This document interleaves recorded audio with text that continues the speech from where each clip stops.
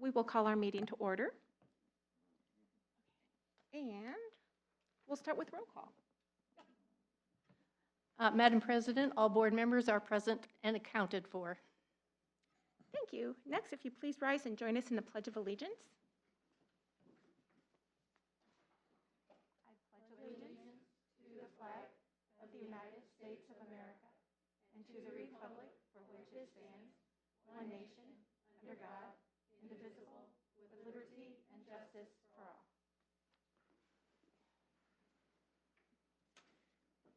Before we get started, I wanted to, highlight a few things in the boardroom as well as some things that have been going on in our school district.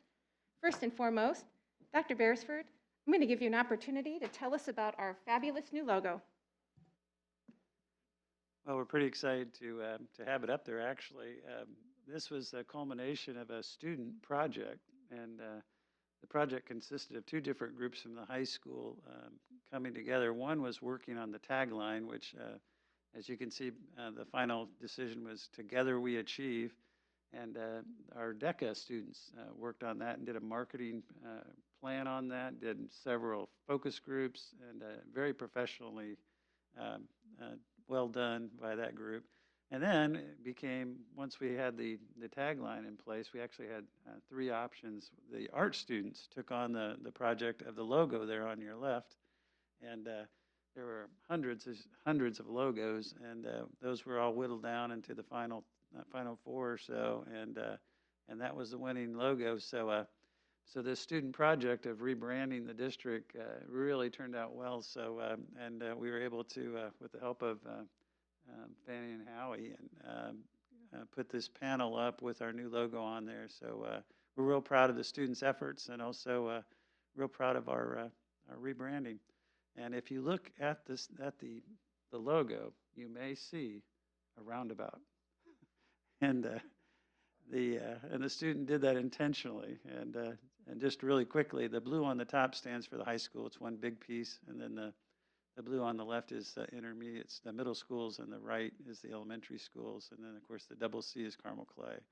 So, and there's some that they said that the space in between that goes around, it does look like a roundabout and a cul-de-sac, I might add, was finding your future. That those are pathways to future and the different options that you have, and just did a really fine job with it. I'm really excited for the kids that designed that logo, and for the DECA kids to see this, because it's a real nice representation of all their hard work.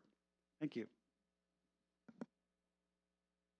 Thank you, Dr. Beresford. And I know that was a little impromptu, so sorry. Glad you did a fabulous job, even though I surprised you. Second, as February comes to a close, I wanted to take a moment to share three significant highlights in CCS. First, our students were off last Monday, February 15th, the third Monday of February. And not because it was a snow day like several other days last week, but because we observed President's Day, a federal holiday. And although it was originally created to recognize President George Washington, President's Day now is popularly seen as a day to recognize the lives and achievements of all of our America's chief executives. Second, CCS has been recognizing mental health awareness all month with activities in our schools and around the district. I referenced this at our last meeting in February, and I just wanted to say thank you again to our social workers, our counselors, and our staff. Stephanie Whiteside has been doing a fabulous job working with everybody. And third, February is Black History Month. Since President Gerald Ford in 1976, every president has officially designated the month of February as Black History Month and has endorsed a specific theme. I'm very pleased that our Carmel Schools embrace this presidential designated month by providing learning opportunities in the classroom. Our new Diversity, Equity, and Inclusion Officer, Terry Roberts-Leonard, is providing professional development and learning opportunities for our staff and students alike. And so we are very proud of that, and we thank her for her endeavors and everything she's doing with us. She's been here a very short time and has already made quite an impact. And as a board, we continue to be thankful for each member of our Carmel School family, especially during the pandemic.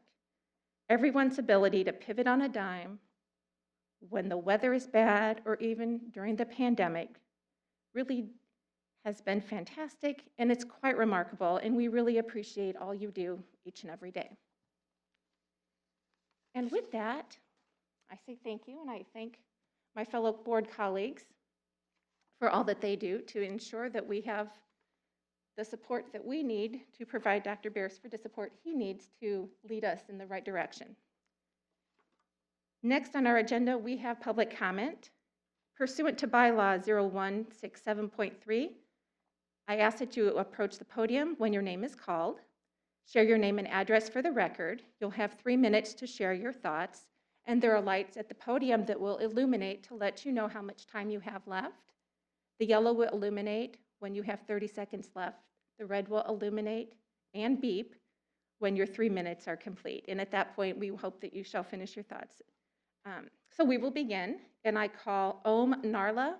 Is that correct? Okay, please join us.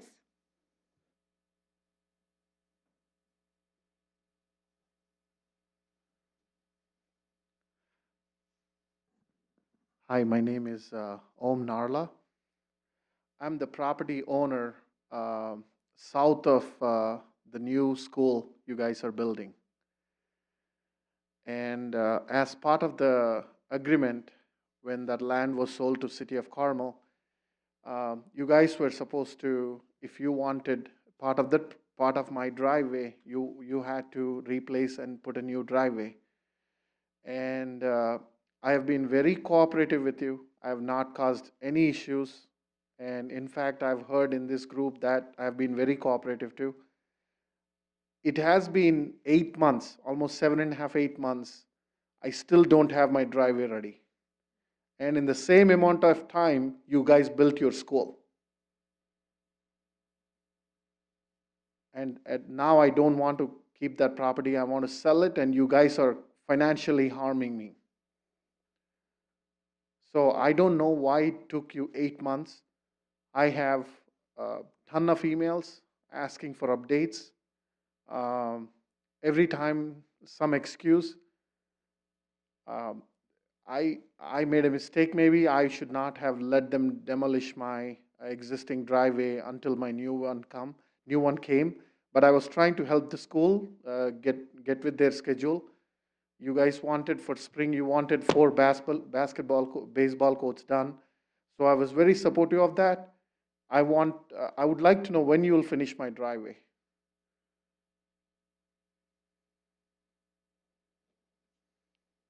I don't have that answer, and during our public comment, we permit you to share your thoughts, and we will follow up with you. Okay, perfect. Thank you very much. Thank you.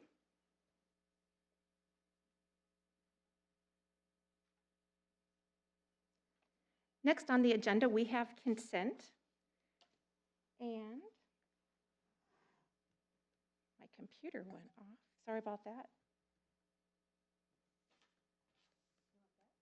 Well, I wanted the specifics. So on consent, we have our personnel report, claims, payroll, gift applications, which is where I'm a little weak because I don't have a list of all those until my computer pops back on. We also have minutes for our work sessions. Our January 11th, January 25th executive session, and our regular session. I would like to point out we do have several gifts that have been, thank you, Pam, that have been provided to school district. Mohawk Trails received $63 from an anonymous donor to use in their makerspace. Orchard Park Elementary PTO donated $3,480 to the Orchard Park Elementary School to purchase the book Wild Tree for students and staff to participate in a group read to them program.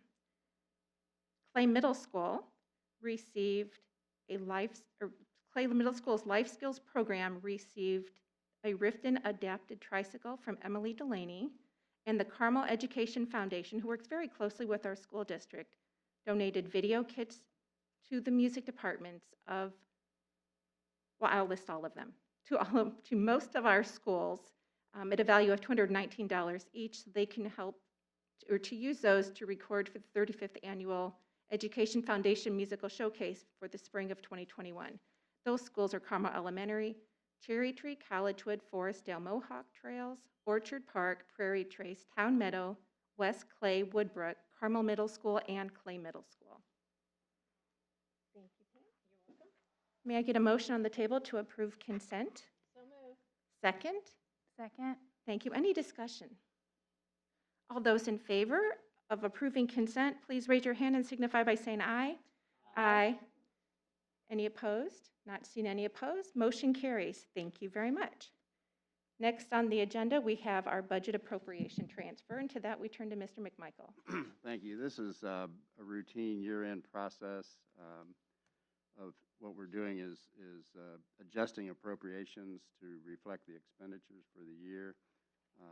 Some of you may remember that from the time our budget was built, we later, when our enrollment came in, it came in a couple hundred students more than what we had projected, and that resulted in additional appropriation at the end of the year. So this has no impact on our spending or taxes.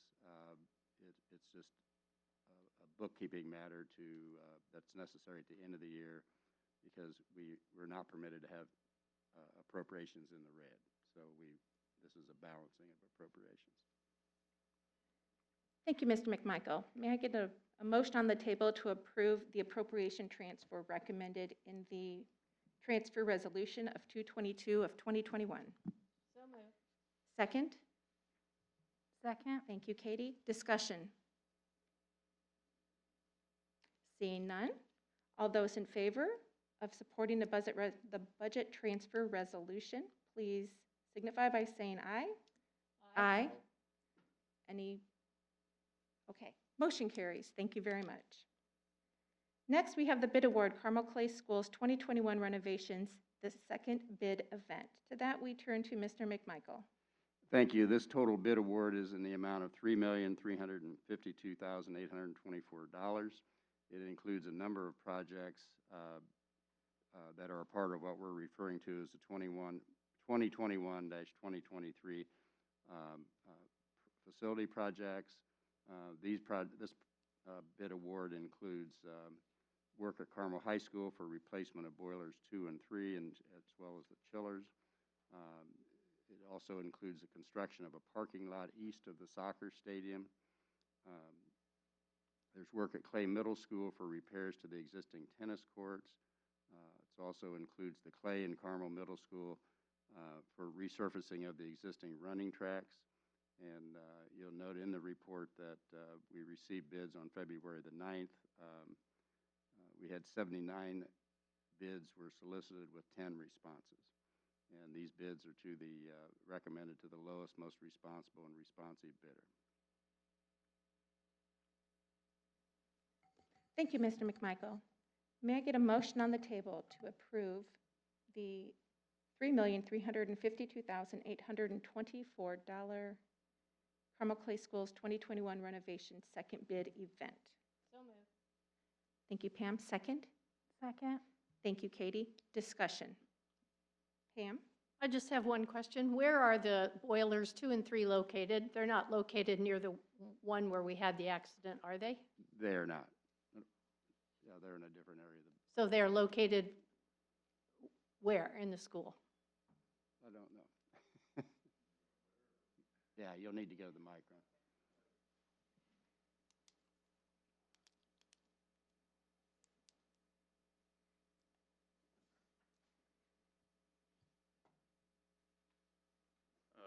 They're in the main boiler room, which is roughly between the connection point between the freshman center and the main building. If you're familiar with the hallways that go right through what is opposite kind of down from the cafeteria, that connector, there's a section where there's a big overhead door. Opposite that is the main boiler room, and that's where they're at. Okay, were these boilers originally put in when the freshman center went in? No, they're about 30 years old. Okay. They were put in, geez, I think back even possibly when the building was renovated before the 90s project. So. Okay, thank you. Any other questions? Yes, Mike? Thank you, Roger. I know you've already said that these were are part of the, what were 2023 capital improvements. And I just note that the background also says that they were already approved as part of the general obligations bonds. So all we're doing is awarding the bids, correct? That's correct. Thank you. Any other questions at this time? Excellent, thank you very much. So we'll go ahead, move ahead with our vote. So we have a motion on the table to approve the bid, the second bids for the Carmel Clay School 2021 renovations totaling $3,352,824. So moved. Thank you, Pam. Second? Second. Thank you, Louise. All those in favor signify by saying aye. Aye. Motion carries. Thank you very much. Next on the agenda, we have the bid awards for the Carmel Clay for, gosh, I need to wear different glasses. The new Carmel Elementary School and new Clay Center Elementary School, the AV and technology package. Thank you. This bid award is in the amount of $538,687. It's for equipment related to audio, visual, and technology. This is not like loose computers or anywhere near the majority of technology in the building. This would include such things as the sound reinforcement system, the PA system, the overhead projectors, and this is for both schools, as you noted. Thank you, Roger. May I get a motion on the table to approve the bid awards for the technology and AV equipment at the new Carmel Elementary School and the new Clay Center School? So moved. Thank you, Mike. Second? Second. Thank you. Thank you, Pam. Open the floor up to discussion. Pam? Does this AV equipment, does that include the audio surround sound that's usually in the classrooms? Yes. That we have in the classrooms now? Yes, it does. Okay, thank you. Any other questions? Thank you. We'll move ahead with our vote.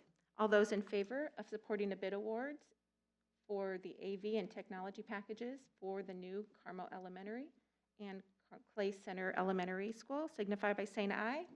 Aye. Aye. Any opposed? Great. Motion carries 5-0. Thank you very much. Next on the agenda, we have the change orders for Cherry Tree Elementary School condensing unit and Carmel High School Boiler 1 replacement. Yeah, so this is in the amount of, an add change order in the amount of $9,611.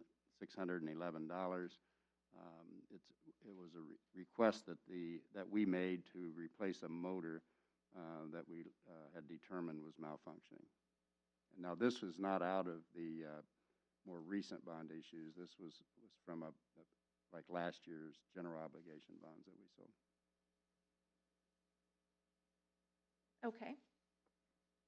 So this time I need a motion on the table to approve the Cherry Tree Elementary School condensing unit replacement and the high school boiler replacement.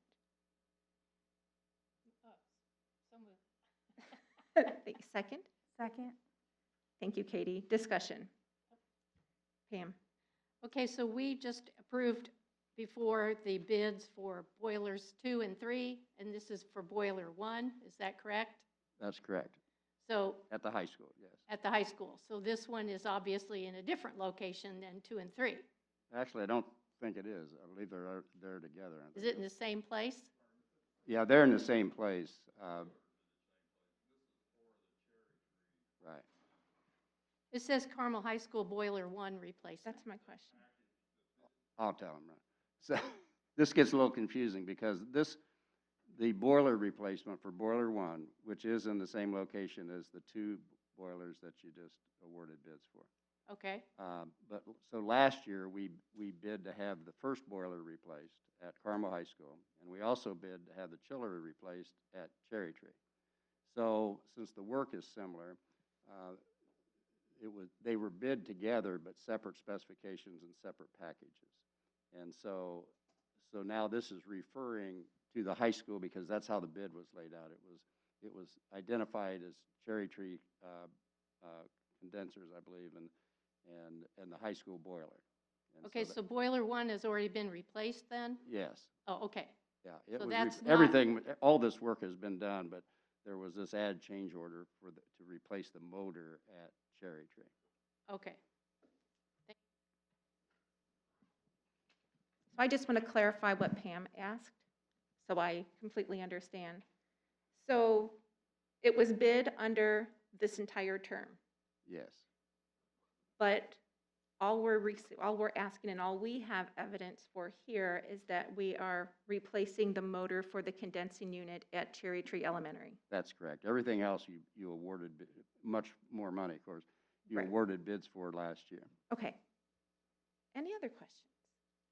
Thank you for clarifying, Roger. Mhm. And Ron? Seeing no other questions, we'll go ahead and take a vote. All those in favor? So, excuse me, so Leila, so is the motion is just to approve the change order at Cherry Tree? Yes, the change order is just to approve the additional $9,611 for the condensing unit motor At Cherry Tree. at Cherry Tree, although it is under the change order title. So the motion on the table then is to approve, like I said, the condensing unit motor at Cherry Tree Elementary to the tune of $9,611, which is bid under the Cherry Tree Elementary School condensing unit replacement and Carmel High School boiler one replacement. All those in favor of supporting signify by saying aye. Aye. Aye, thank you. Any opposed? No, motion carries 5-0. Thank you very much, Roger. Thank you. And Roger, we come to you again as we jump to discussion. So we have you, and then the policy committee has been extremely busy because we have several policies that'll be coming as well. So Just wanted first, to keep you on your toes. we Go ahead. have the ESC addition and replacement of finishes. Okay, so we are recommending that we provide for an addition to the ESC of about 3,000 square feet. This addition would provide for 13 additional offices. We need this additional space because over the years we have added positions and we still have a couple to add. Most recently, we added the diversity officer, for example. We will be adding or providing an office for an officer for the and supervisor for our SROs. As you know, we're expanding in the schools, and so that's adding additional administrative staff from the police department. And but the majority of the project really is, so there's some additional offices for those purposes, but we also have about 7 or 8 people back in the curriculum area that are in cubicles. And those really aren't working out well. Over the years, we have placed people there that really need more privacy of a private office. And so thus the additional offices. And in a minute here, Chuck Tyler with Fang and Howie will be more specific with regard to what this looks like and so forth. An early estimate for the project is the construction cost is about $1.7 million at this point, and overall cost about $2 million. And an option to fund this project, we talked about this briefly at the previous board meeting, would be to use proceeds from the recently approved 2021 general obligation bond that we talked about at the last board meeting. And we can provide for the funding through those bonds by selling some bonds at premium. And what premium means is the bond is sold at a higher amount than what the face value of the bond, and that's a routine in the investment and finance market. And what happens then is there's the buyer of those bonds will provide more than what the face value of the bond is, and in return that impacts in a positive way for the buyer the interest rates earning on the bond. And so our bonds are very attractive, and so they sell. We will receive a very very low interest rate to begin with, and so the concept of using premium bonds is a pretty common approach used. Now, we could sell, another alternative would be to sell a separate bond issue. But the overhead cost to do that would exceed, this approach. So we will be recommending this method of financing. And there was some, again, conversation at the previous meeting because we had the amount of the bonds, and then there was the appropriation amount exceeded the bonds, and part of that is we know we won't use appropriation unless we have revenue to support it, and so we're better to have the estimate for appropriation higher rather than lower. If it's lower, then we have to go through the process again and get additional appropriation. That would be the method of financing, and we believe that would be the most cost-effective to if we proceed with this project. So with that, I'll ask Chuck to present some drawings so that you can visually see what the project looks like.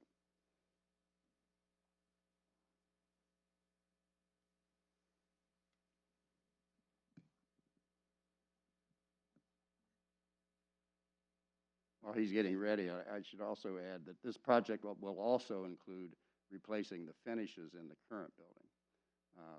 This building was renovated 15 years ago, and so that's a little bit sooner than we normally would do what we call the mid-cycle renovations. But we think it would be, we know we'll be replacing finishes in this building before 30 or 35 years, and so we think now would be the time to do that because then the whole building would everything would match. Otherwise, it's going to be obvious we have a new addition than everything else, and so we think that's the timing is right to do that. Chuck. Thank you, Roger. Good evening, board members. Actually, if I let Roger talk a little bit longer, he would have included everything that was on my list to discuss. So, but we do have some visuals here so that you better understand what's being proposed. The gray box on the east side, so this is the overall aerial plan for the ESC with north being up, Main Street to the upper side. So the 3,000 square foot addition tucks into that east corner just north of the current warehouse portion of the building. And it really is focused at information services and curriculum, trying to provide more appropriate office space, enclosed office space for confidential conversations. The green area is that same gray square that was shown on the aerial. And then the purple area is the existing building space that will then be reconfigured so that we can use that a little bit more efficiently and resize some of those office areas and provide the additional staff spaces that Roger had also noted.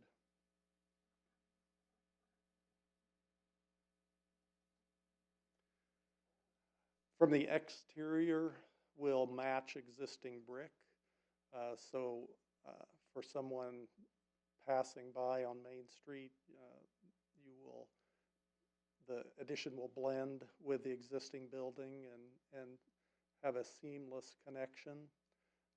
We will look at interior finish upgrades through the rest of the building while we are mobilized to do the work for the addition and the renovation, and that will address primarily floor coverings, carpet, tile, paint, and wall coverings.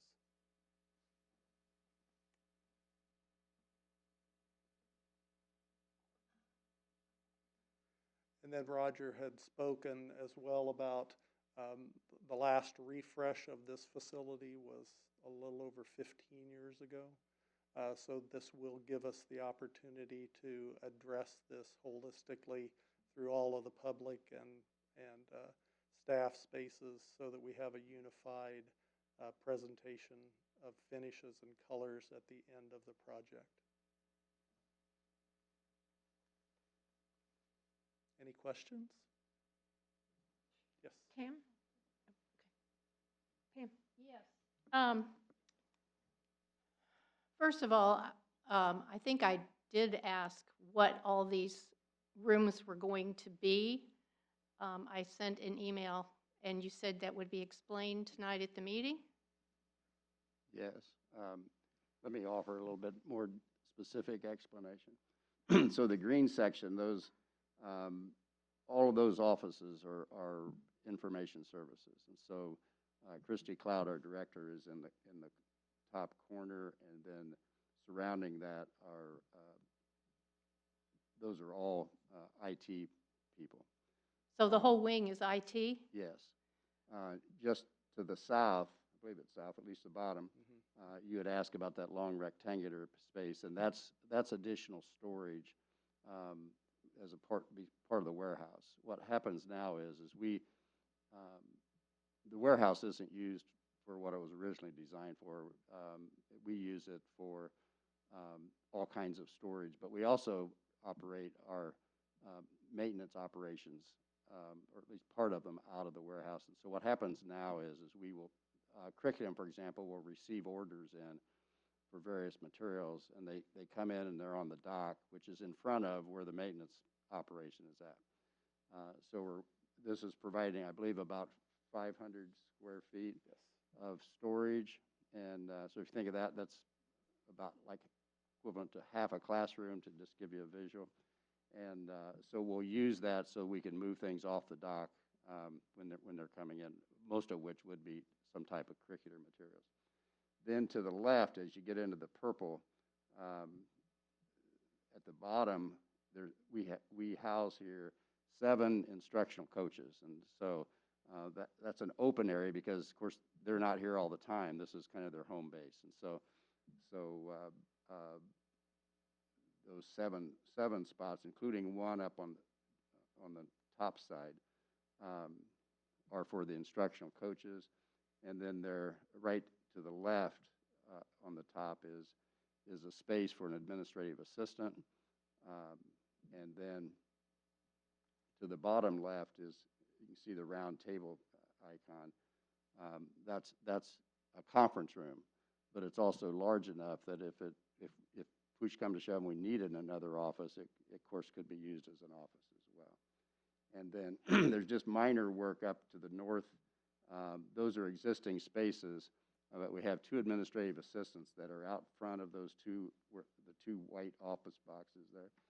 And they're completely out in the open, so this is we're providing a little bit of a barrier between them and the hallway. And then right across from that, we're doing the same thing, which will create kind of an open office there, which we don't currently have need for, but so there's a little bit of expansion should we need it there. And Is there any way we can see an overlay of what is there now and how it's going to change? well, the part that I referred to, the only change to it's exactly as it's shown here, except for those walls that Is where? it's exactly as it's shown here. The only change is adding the partition to separate the administrative assistant's desk from the open hallway. Okay. And so IT is going to be in this, this is all IT and they won't be located anyplace else, is that correct? When you say anyplace else, In the building. in this building, that's correct. They would all be here. So everybody will be centrally located? No, this is the staff. Most of this IT staff is already located in this building, but they're in various spaces around the building. And we are bringing 2 people in, our supervisor of the technicians and an assistant that are currently housed in a space at the CLC. And but with that exception, this staff is already here. So this does not include the IT staff that's out in the schools, for example. That's not changing. And this was done about 15 years ago, so is the renovation to the front of the building, is that what you're talking about? Not this area, but the rest of the building you're going to be redoing? It's all the existing building, Okay, so that's going to all be redone, and that's all in this bid? yes. Okay. And when, again, will these bonds be paid off? Are these the 3-year bonds, I believe it's 5 years. the but- 5-year bonds? And this project is to be completed when? It'll be totally complete a year from July. And there'll be a schedule here in a minute that we can share with you and be more specific. Okay. But the construction will take place by starting with the addition, and then the balance of the rest of the current building will come second. And So this won't be interfering with work because this office is used all year round. correct. So Yeah. it won't be interfering with what's happening within the building. Yeah, well, seriously, when this building had a major renovation, Yes. We had offices in partitions in this room, for example. And so this project will not be nearly as disruptive as that was, because we're not reconfiguring the building. But people will move out of their space so that the finishes can be replaced. And but time-wise, that they won't be out, nearly as long as when we were, reconfiguring the building. Okay. And, Just want to make sure it's not going to be disruptive. So to be disruptive to that extent, just like, as you know, from being out in the school, when we do work in same type of work, if we're replacing finishes in elementary school, now it's a little different there because we have the summer where the buildings, we're not having school, so that makes Yeah. it a little bit easier. And this building, not all the staff here works in the summer, but that's, it's manageable. But there'll be some disruption. Yeah, right.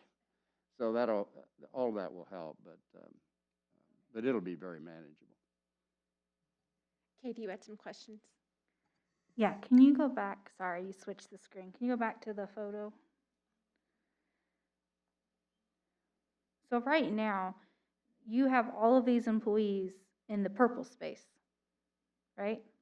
Because the green Well, space they're- doesn't they're- exist. yeah, exactly. Well, they're not necessarily in the purple space. The cubicles are. So there's about 8 people just in open cubicles. Mhm. And then there are a few people that are in other parts of the building. And so part of this, for example, we have our new diversity officer in the Human Resources Conference Room, and on a temporary basis. And so that's an example where her office will be a part of this area, not the new construction, but part of the purple area. And so there's some moving around, but half or more of the people that will be in this space are already there in cubicles. Perfect.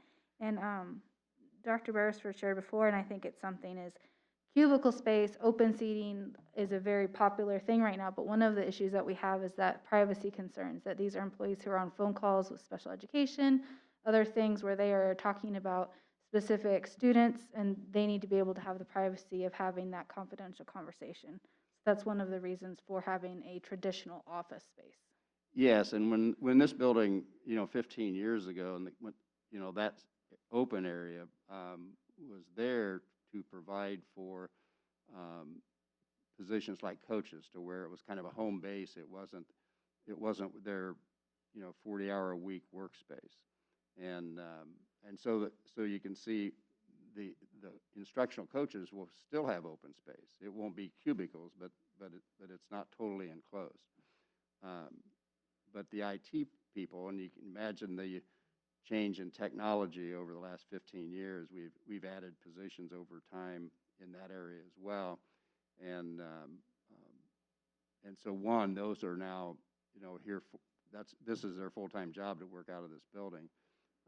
And then we do have some positions that are, do need privacy, and not that the technicians do as well, but then there are some there's a few instructional people back there that also need more of a private space to work in. Perfect. And then my last question is, probably, can you address bathrooms? Is there any additional bathroom space being built? Are we No. okay in that department? We're okay in that department. This is not changing that. It's not Okay. really changing the occupancy to any appreciable extent in the building. Okay, perfect. That was all my questions.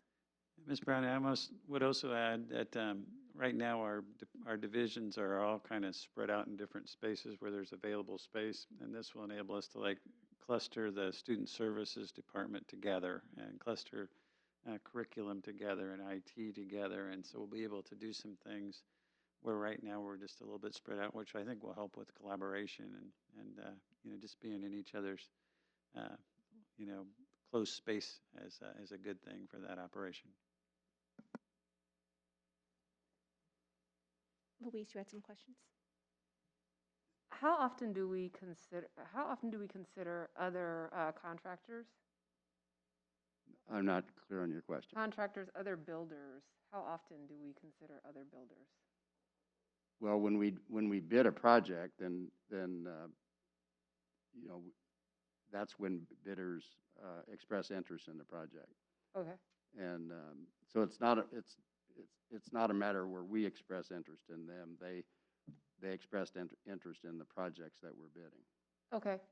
I just asked because I noticed that we have multiple projects underway that have the same contractor. So I just wanted to know if we diversify those builders. Yeah, they have the same contractor most likely because that contractor was the low bidder on that particular project. And a mechanical contractor, for example, they may bid on several of our projects, and if they're the most responsible and responsive bidder, then they'll be awarded that contract. And we do have a group of contractors who like to do business and for Carmel Clay Schools, and who are then following your work and bidding it very aggressively because they like to do your projects. Thank you. Thank you. Mike, did you have a question? I think I just want to clarify Louise's question. I think her question is architects and construction management as opposed to contractors doing the work. I think that's what her question was directed at. That do we look at other architects and other construction managers before projects even get to the stage that they're at this point? We do, and the last time we did a thorough process of that before we started the 2 new elementary schools.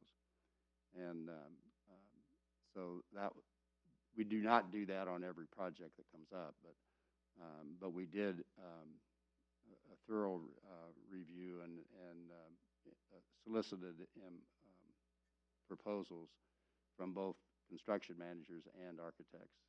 And obviously, we've been happy with the services we've gotten from the providers we're using. That's why we continue to use them. It is, and so, and we have other examples of that.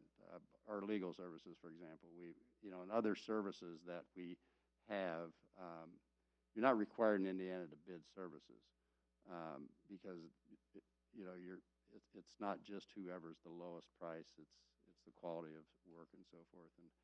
And when we talk about architects and construction managers and the size and scope of projects that we're dealing with, there is a relationship that's built there over time that's beneficial to the school district and therefore to the community and to the taxpayers.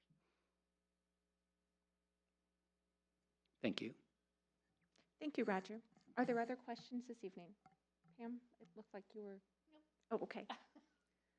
Thank you, Chuck. Thank you, Roger. And so Roger, could you talk about the timeline, what you're looking for? What are you going to anticipate the board to approve? Well, as our typical routine is this evening was for discussion to introduce the project and to answer questions that the board might have. And then a month from now, we'll come back essentially with the same information and make a recommendation for the board to act on, that we would recommend that we would proceed with this project. Thank you very much. Moving along, we go to policy, and we have Dr. Dudley presenting several. So Yes, Dr. thank Dudley, you. we'll start with 4215. So this evening, I am sharing with you several policies for first reading. As you recall, back in, I believe it was October, you approved our handbooks for each of our schools. You reviewed those handbooks and approved those handbooks. And they don't live in the policy on our board docs notes, but they are considered to be board policy in those handbooks. And so what our policy committee has been doing is we've been going through our current board policies that are in our board docs and looking at policies that we have that are already addressed in the handbook. And so we are either suggesting that some of those policies be deleted, or we're suggesting we've made some changes and revisions to those policies, and we're looking for a recommendation to approve those revised policies. So I'll start with policy 4215, and this is the use of tobacco. This policy, the recommendation is to delete this policy because the information that is within this policy is already addressed in our student handbooks. Amy, I'm going to let you just move Okay. on. Okay. So our next policy is policy 4216. This is dress and grooming. And the policy committee is recommending that you approve the revisions. We went in and streamlined that policy. And then we also had aligned, put wording in the policy to align them to the handbooks. And then we will also link all of the handbooks right to that policy so that anybody that was looking for it could find the information for each specific school. Policy 4514 is student use of bicycles. It is the recommendation to delete this policy. The information that is contained in this policy is addressed in our student handbooks for each of our schools. Policy 4514.01, the student use of motor vehicles. The recommendation is to delete this policy as well because it is addressed in the student handbooks for the high school. Policy 4230, late arrival and early dismissal. It is the recommendation again to delete this policy as well. The information is addressed in our student handbooks and the procedure for that. Policy 4330, the use of medication, and again, the recommendation is to delete the policy because the information is included in our handbooks. Policy 4130, we made some revisions to this policy, and we also revised the Indiana code, making sure that the code was up to date and it was not repealed. And so the recommendation is to approve the proposed revisions for this policy. And this policy pertains to students that withdraw before they graduate and before they're 18 years old.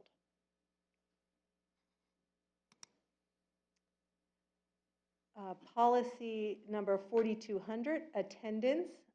This policy, the policy committee made some recommendations and streamlined this policy, and again, aligned it with our student handbooks, where our student handbooks will be, they will be linked to the bottom of this policy as well. And then policy 4217, this policy was revised and also making sure that the Indiana code is up to date. And this policy will also be linked to the handbooks as well. And you can see in this policy, there was quite a few revisions that were made. Oh, I'm sorry, I clicked on the wrong one, the attendance one.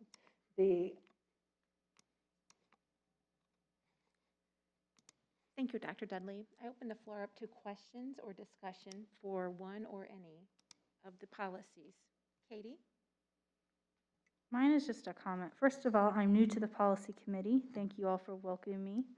that I am learning lots. And one of the things that I learned that I think I just kind of wanted to say is that they are doing in the streamlining of the policy is sometimes at the beginning of a policy, there's kind of a statement.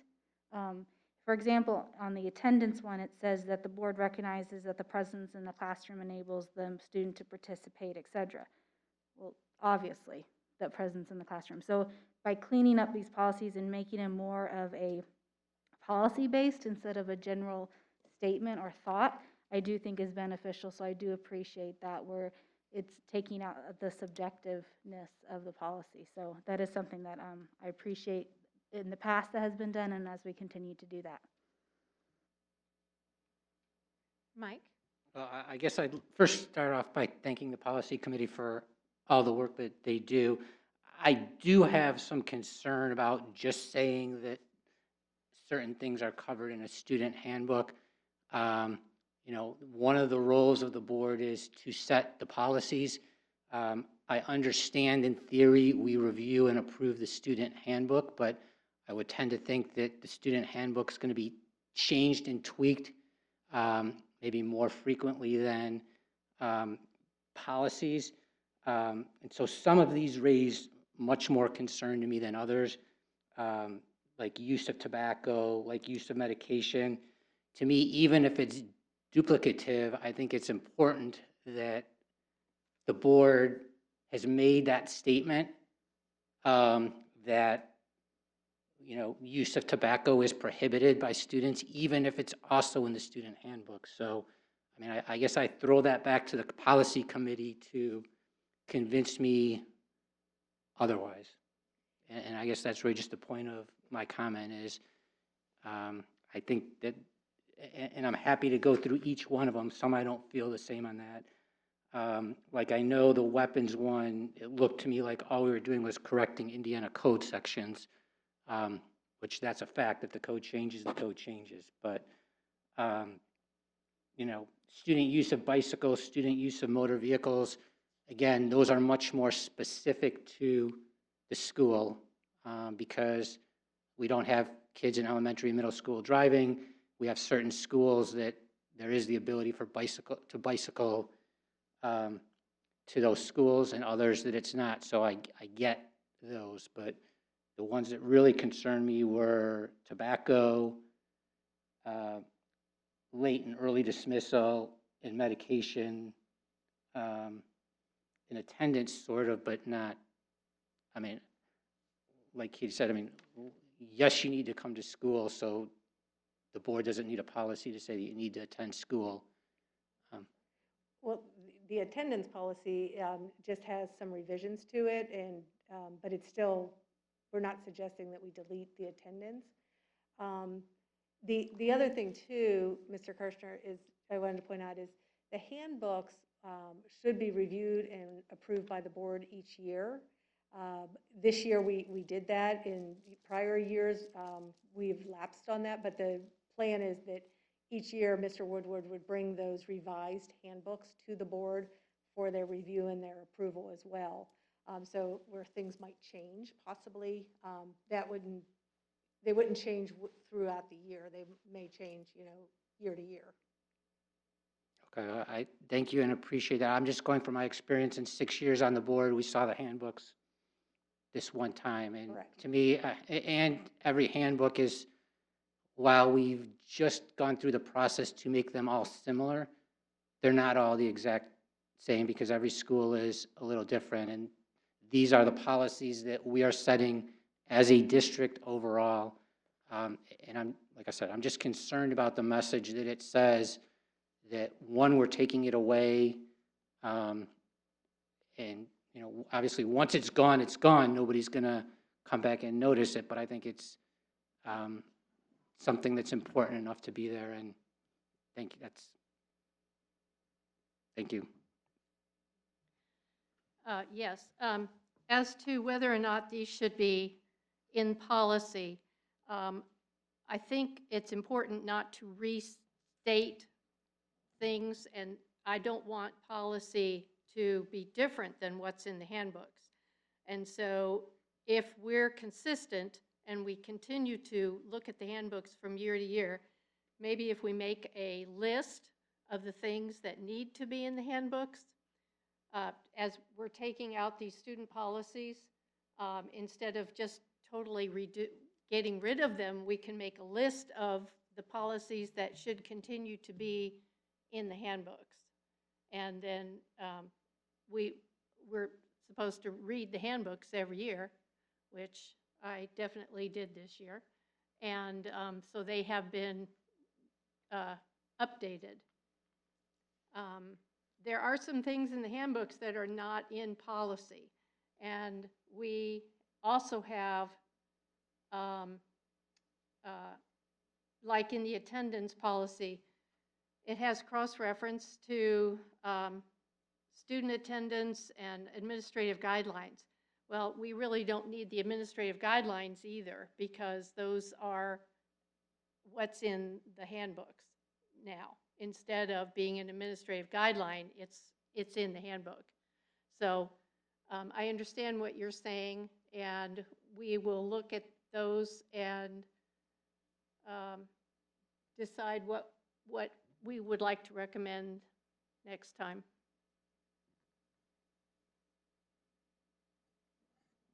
Thank you, Mike, and I think Does that make this, sense? Thank you, Mike. Commissioner speak? yes. So if these are policies that started as board policies, what is the harm in leaving them as board policies? I think part of the problem is that some of these policies vary from school to school, so it's important to know what your school wants instead of a broad policy from the administration, from the board, because ours have to be overarching, whereas all the handbooks cover specifics.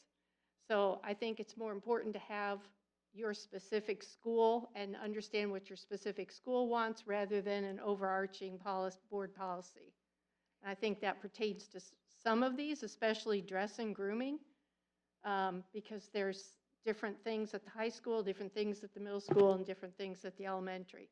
So if we do an overarching board policy and just saying we want the kids to dress appropriately, why do we need a statement like that?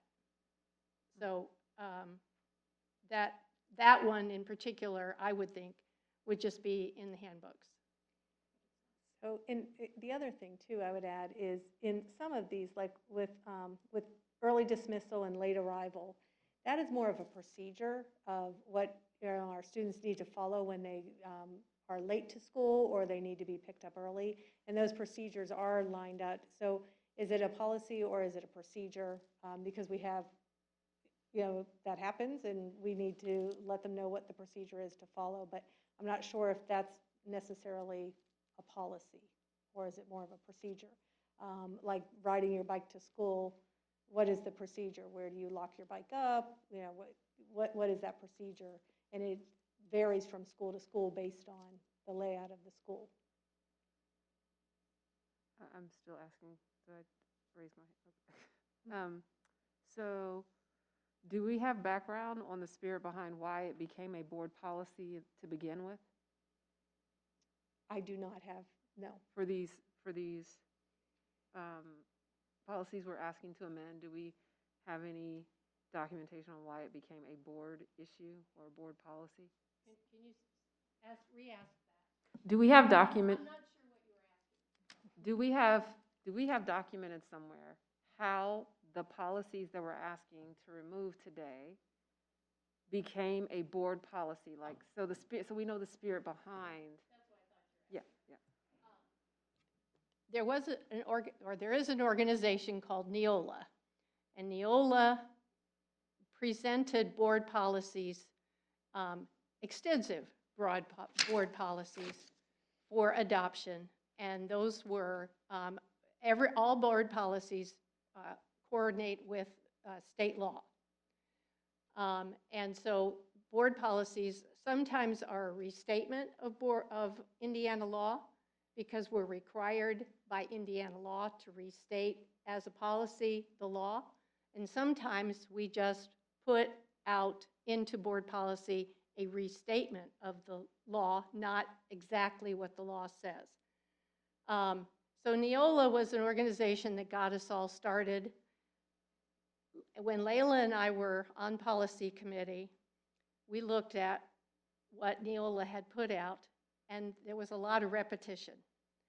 And so we took out all the repetition and put in general policies and staff policies and student policies. And so we condensed the whole thing because it was huge.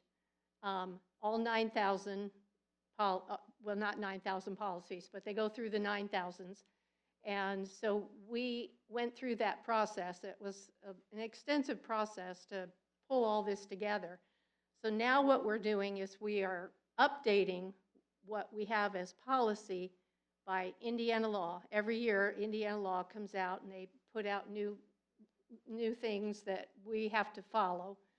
And so we get guidance from our attorneys, and we get guidance from the Indiana School Board Association. They send out a policy list in the summer and in the winter. And so we go by their recommendations as to what should be included in our policies. So we look at that every twice a year, and we meet at least once a month now to update our policies. The other thing we need to do is to look back at old policies and decide whether these policies are any good anymore. Should we still be following them, or do we need to delete them? So some policies we've deleted, and other policies we've retained. So the problem right here now is, do we retain all these 4,000, the numbers in the 4,000s for students, when all of this information is out in the student handbooks? Gotcha. So what we're trying to decide, do we need them in both places, or do we just need them in the student handbook? Is this something that qualifies or works up to what's called a policy, like dress and grooming? I mean, initially, yes, but now, I don't know. So that's what we looked at, and so we're bringing them to you to help us decide, do we still need this as a policy, or is this something we can delete and just leave in the student handbook? So perhaps this would require more dialogue as to what we would qualify as a policy that should be at the board level, because it's a reflection of the board's beliefs and priorities, and what is okay to be removed because it's duplicative. I don't know. That's what we're doing now. That's why we have a policy Well, it just seems committee. like, go We're ahead. the first step, Yeah. and then we bring it to you. Right, so it just seems like there's more dialogue that needs to be had, because not all of us are aligned on what needs to be removed and what should remain. So that's why I made that statement. Well, that's why we're asking. So that's why we have a first reading. So the first reading, the purpose of the first reading is to look at all of our suggestions and decide, do you agree or not agree? If you don't, we'll go back as a policy committee and we'll rehash them, figure out what we need to do, keep Okay. them, delete them, and then we'll bring it back to you for a second reading. Okay, gotcha. So it's not, I thought that we vote on It's not the all done bulk. tonight. The No, bulk. Okay. no. I might chip in too that board policy is dictated a lot by the state legislature. And we will review after the session's over what changes have been made and what policies will need to be put in place. And the policy committee will get that job. Also, sometimes policy is recommended by our council. And I know the council has reviewed some of these changes that have been recommended, but it may be worth a discussion to see, to make sure we're on solid ground about what they would recommend that we actually have in board policy and what can be handled through the handbook, system as well. So I think you're doing a wise thing in that one of the dangers of having multiple, thousands of policies like you had before was that no one could ever remember 9,000 policies. So you want it to be tight, but you want it to make sure that all your bases are covered. So I think it's a good process that you're doing to bring these for discussion, and then we can also go back and get advice from council to make sure that we're keeping what needs to be kept, and then also diverting to the handbook as needed as well, so it's not too cumbersome, so. And I would add to that, one of the things that our council did suggest, that making sure that if we do keep it in both policy and in handbooks, there's no inconsistencies. We want to make sure that it is consistent, that the policy is not saying one thing and then the handbook says something maybe very different. And that's in some of the cases that we have that may look very different based on the school. It's a, maybe it's a way to look at it as far as if it's something that's the same at all 15 schools, as opposed to there's differences based on the school, either the level of the school or the layout of the school or what have you. Katie, you have a statement or question? Yeah, I just think Louise, as a new board member, and then for those watching, I do think it's great, is on our board docs, which is available to the public, is through our website, you are able to look at all of our policies that we have. And at the top, you will have what the name of it is, but you also have two important dates. One is last revised and last reviewed. So it's really showing you, and also it'll also show you when it was originally adopted. So I think that for example, the tobacco was originally adopted in 1996, and then I just closed the window so I can't see, but I believe it was last revised in 2012. So you're really kind of looking at, well, when did we first get this? When did we actually look at it again? And another thing that's kind of that you reminded me of, which I think is great for you and the people who are watching, is as a board, we have a policy where unless there's something that's very time sensitive, we do not take action the first time that we hear it. So in our discussion portion of our board meetings, we will hear about things for the first time, like we did about the addition to our building.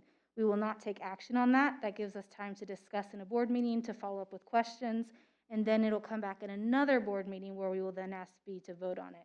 Because we do want to make sure that we have all of our questions addressed, that we have anything that comes up, that we're not making any decisions very quickly. So it's kind of that discussion portion of the meeting and then the action part of our meeting to be able to make sure that we do have the time to make sure that we understand things. So you just brought up two things that I thought would not only be great for you, but also for the people who are watching. Thank you, Katie. So Yes. our next policy meeting is March 4th, I think it is, 5th. So if you have any suggestions or anything, if any one of these concern you as to not being deleted, please let us know before that meeting so we can bring it up at the meeting. Mike? So you're saying in addition to what we've just discussed, you'd like a specific email on each of the policies? Well, if you have a concern, I've got yours, Okay. tobacco, late dismissal, and medication. So I wrote those down already. Okay, and I just think, I know you said you'd go back to it. I mean, I agree with the comment that policy is district-wide and handbooks are school-specific. And exactly looking at the dress and grooming, you've left in some of the stuff about health and safety and things that overall, we don't want any school handbook to contradict. Thank you. Okay. Oh, since everybody contributed, I will also contribute. Okay. Well, another place that we might have changes or additions to policy is after the Office of Civil Rights might issue a ruling that will require or dictate additional language put in various policies. But that's all. Okay. So, moving right, well, thank you, Dr. Dudley. Thank you, committee. We appreciate all you do. Thank you very much for working hard on March the 5th, and we look forward to your revisions. Moving along, we go to reports, and we have Staff and Student Services report. We turn to Dr. Ostrike. Well, good evening, President Spannenberg, members of the board, Dr. Beresford. I very much excited and appreciate the opportunity to share a staffing report with all of you tonight. This year is a very exciting, unique, and complex year when it comes to staffing, with the rebalancing in our district of our students, as well as the opening of 2 brand new elementary schools. And so I'm going to walk you through some of that process today. And as you can see, you're very familiar with this map, but as you were all going through it, Dr. Dudley and I were paying very close attention because this was going to impact our work next in what decisions you made and where we are going to place staff, where additional sections will go, where additional sections will be taken away and sent to other schools. And so once you finished with this, Dr. Dudley and I, along with Christy Cloud, we went to work, and we've been working ever since this has been approved.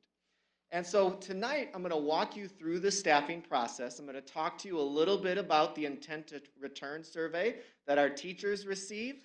I'm also going to share with you, and will share with you right now, about those roll-up numbers. And that's when I spoke about once we know where the students are going, then we're able to work with Christy Cloud and the technology team, and she provides us how many students are going to be in each grade level at each school.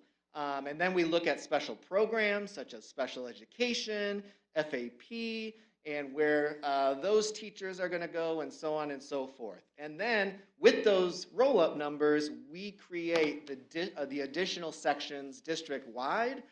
Then we send all that information to our principals, and they get to see it. And then we have staffing meetings with the principals that I'm going to talk about. Then we're going to notify staff of the transfers that we're going to have throughout the district. And then I also want to talk to you about a little bit about recruitment fairs this evening. And so here's the timeline that we have. So the intent to return survey goes out in January to all of our teachers. Also a shout out to Michelle Foltz for being here tonight, one of our great teachers and part of the Carmel Teachers Association, which is outstanding, and we work very closely with. I work very closely with Mark Ween, essentially on a daily basis, and it's great to collaborate with our teachers. Then in February, right now, we are having those staffing meetings. Dr. Dudley and I met today, and I'll talk a little bit more about that. In March, we get on the circuit, and we head to the recruitment fairs all around the area. And then in April, we have our staff placement. However, this year, with everything going on, we hope to have that a little bit earlier, and I'll talk to you about that too. And then in May, we continue our ongoing hiring throughout the summer. And at the end, I'm going to tell you that recruiting for teachers, it's a 24/7 process, 365 days a year. And oftentimes, I feel like a college basketball or college football coach on the phone with prospective employees, texting back and forth, trying to get the best for Carmel Clay Schools. And so the intent to return survey, this is genius, I will tell you that, because this helps our teachers, it helps our principals, and ultimately it helps Dr. Dudley and I so that we can place our teachers in the best possible location, the best possible position. And so the data collect, you can see it on the screen and what we collect, but we want to know, is anyone interested in a voluntary transfer in another building? Are they going to be taking a leave of absence because maybe they're going to have a baby and they know that ahead of time, or there's going to be a medical procedure that we need to take into consideration? Is someone going to be retiring? Is someone going to be resigning? Maybe they have a family and want to stay home with their family, but maybe you'll consider coming back to teach in Carmel. And so then we ask them, hey, what are your top 3 preferred building assignments in the event that we do have to transfer some of our teachers, like we do this year, to other buildings? What are your preferred subject areas? For example, at the elementary level, some of our elementary teachers, or most of them, are licensed K through 6. So some of them might be interested in going to teach math at the middle school or language arts at the middle school. Some of them might have a high school license and would like to go there. And so they let us know that. And that's really valuable that Dr. Dudley and I use all this information when we consider placing teachers throughout the district. And then we ask them to rank those important areas, and most importantly, our comments for me. Because I can see, okay, I can see all this data that we have in the intent to return survey, but kind of why are they wanting this? Or what are they looking to get out of something? And this year especially, in some of the voluntary transfers that we have, they say, I love my school, but I'm really excited to go to a brand new school this year. And so I'd love to transfer to Carmel Elementary or Clay Center Elementary School. And so I saw a lot of that through the comments this year. Then after we get all those numbers and sections and how many, who's going where, then what we do is we have staffing meetings with each principal, and that's Dr. Dudley and myself. And this year, those are going to be, we're already on our second round of staffing meetings with our principals. And so we examine all of that data I just shared with you, all of the sections. We look at those leaves, so on and so forth. And then we talk with the principals on any changes they may have at their own building level. They may see strengths in certain individuals, and they might want to place them from first to third grade or second grade to kindergarten. Also, we have some of our teachers that you heard at a recent board meeting that are working on that E&L licensure or the high ability licensure. And so they might want to try something new. And so we look at all of those pieces. And then I talked about balancing the staff within their strengths, their areas of growth. We look at licensure. We look at their instructional strengths, their collaborativeness. We look at creating the most strong teams we can at every single building in every single grade level. And then ultimately, Dr. Dudley and I are there as a resource to help principals to talk through scenarios that they're thinking through. And we may say, hey, that's a great idea. Or we may say, you may want to rethink that. And let's consider this piece. So just looking out for all staff members and teachers specifically in the district. And then when we get that done, we're going to be meeting with our principals, we'll be meeting with our teachers, and we'll be sharing the message, and we'll get that out. And we are hoping to do that before spring break. So we're very excited about that, and we're in that process right now. I also want to talk to you about our teacher recruitment fairs. And so last year was completely different, completely unique, but we did not stop. And so we continued, as you can see on some of the pictures on the board, the one fair that we participated in that no other Indiana school district did last year was the Education Week National Teacher Fair. And so we were the only Indiana district that participated in that. And what that showed us is the strength of making those connections early and then continuing those conversations and connections with high quality candidates. So we were able to bring in some really strong teachers from getting the ball rolling very early. And so that's one we're going to consider for this year also. The Diversity Teacher Recruitment Fair that I've attended for many, many years in my previous role in my previous district, but that is being hosted by Wayne Township this year. And so they're working on more specific information that we'll have. IUPUI School of Education Interview Day is going to look different this year. And so we're going to provide them with everything they need. That's also a great school, up-and-coming school with very diverse candidates. And so that's one I think that's very important that Carmel Clay Schools continues to participate with. IU Bloomington is an outstanding interview day. The Teacher Candidate Interview Day, also known as TCID, is one that we attend. That's a consortium of small schools, including IUPUI. And so that typically has the most candidates that we have access to through that. And then Ball State is very, very strong in special education candidates overall that I found. And then Butler University also has their interview day. I'm actually speaking to all of their student teachers on Wednesday, so we'll put a great plug in for Carmel Clay Schools when I do that.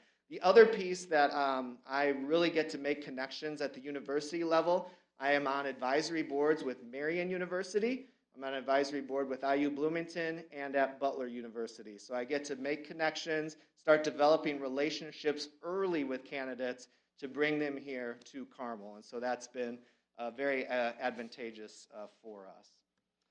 And then one of the great strengths that we have here in Carmel, and I believe this is why we're able to get outstanding instructional assistants, especially at that elementary level, is because we hold an internal teacher recruitment fair.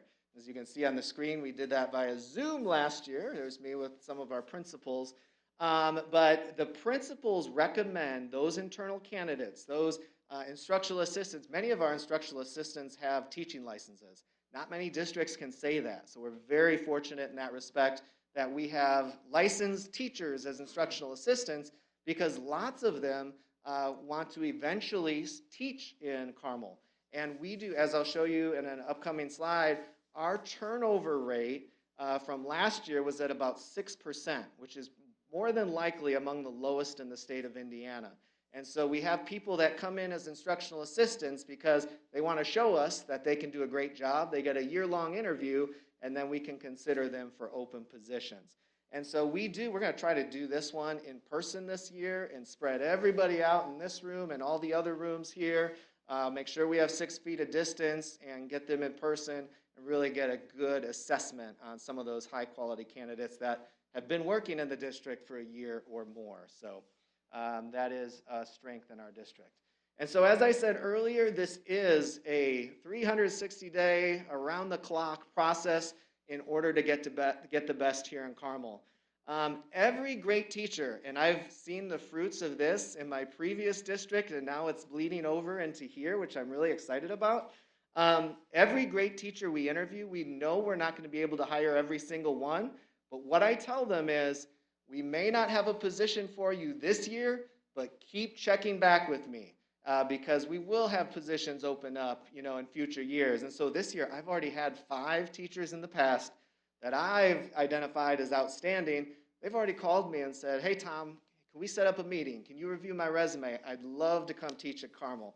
And so I'm really excited about that, to continue that pipeline to bring in high-quality teachers.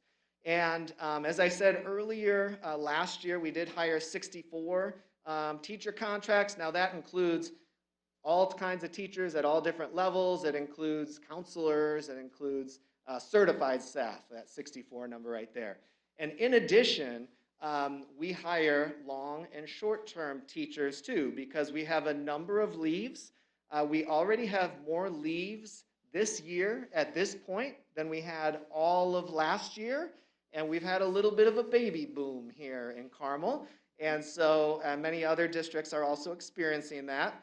And so we've hired some long-term teaching positions for those teachers that have taken the year off, and some shorter-term teacher positions. And so we hire not just our regular contracts, but we're trying to get the best, get licensed teachers, high-quality teachers for those short-term and long-term teaching positions. And so thank you for the opportunity this evening. And at this time, I'd be happy to answer any questions you may have. Well, thank you very much, Dr. Ostrike. Katie, your hand? I'm going to ask about something that wasn't on your board, but we've talked about it a little bit in different ways. One of our strategic plans was to hire a diverse and premier workforce. So can you talk, some of that I see here with their types of recruitment fairs that we're going to, but I know there's other things going on. Can you talk a little bit about some of that? Absolutely. Well, first of all, I just want to share our last teaching position. We hired a black male at Carmel High School to teach English, and obviously, as you very well know, our last administrator position was a black female. And Terry Roberts Leonard, I am so looking forward to working with her and partnering with her to continue to hire outstanding diverse candidates. Because as we all know, not only does research show that by hiring diverse candidates that those students that look like their teacher, a lot of academic performance, behavior in the classroom, there's many benefits of doing that, but not just those students of color, but all students benefit from hiring diverse candidates. So we are going to be out there, we are going to be looking for those outstanding candidates, and we want the best here in Carmel, and we're going to continue to do that. Thank you. Louise? Thank you. Thanks, this is an awesome presentation. I just wanted to see what particular pieces, to just piggyback, because I was going to ask the same question off of Katie, what particular pieces can you say we have in the pipeline and in progress for this year's recruitment efforts around getting more diverse staff? Like, can you just name some specific ones? Like, do we have some HBCUs we're considering, that kind of thing? Can you Absolutely. We are definitely considering HBCUs.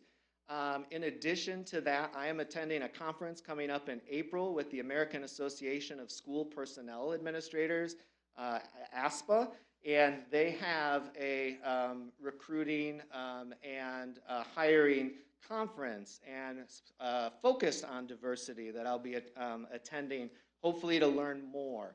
And as I said, I'll be partnering with Terry. Lots of ideas around this. Like I said, IUPUI has been great with putting out diverse candidates, and so we're going to focus some efforts there. Although it's going to be challenging, especially last year, especially this year, that's not going to stop us. And we're going to continue to look for those great candidates to bring to our students. Thank you. And one last question. You bet. When we're giving teachers the opportunity to maybe consider other schools, can you just talk us through situations, how we handle situations where maybe teaching staff might not be a good fit with the leadership at that particular school, but we're wanting to set them up for success? Like what is that process? Yeah, those are conversations that Dr. Dudley and I will have with the principal. There's also teachers that'll reach out to me individually, and we have conversations throughout the year.